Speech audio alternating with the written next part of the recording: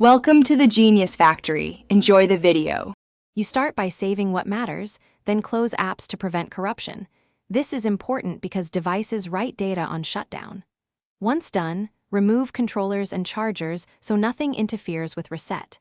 Make sure to note the LED color and battery percentage. Those clues tell you if the headset is asleep, charging, or critical. Press and hold the power button for about 10 seconds until the unit powers off. Release and wait 5 to 10 seconds before the next step to let capacitors discharge. Now power the headset back on and watch the boot sequence. Logos and LEDs indicate progress. If it stalls, you'll catch it here. If the device boots, navigate to the system menu and perform a soft reboot. This clears transient errors without wiping data.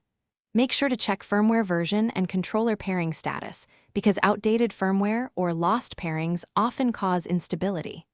If updates are available, install them now. They can fix bugs that caused the restart in the first place.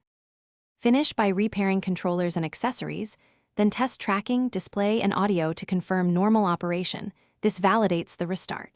If problems persist after updates and soft reboots, consider a factory reset. But remember, that erases local data, so use it as a last resort. Quick troubleshooting. Ensure a full battery charge, swap cables or USB ports, and try a different power adapter. Often faulty power delivery mimics software faults. If none of that works, contact manufacturer support for guided diagnostics. Thanks for watching. If you found this helpful, don't forget to like and subscribe.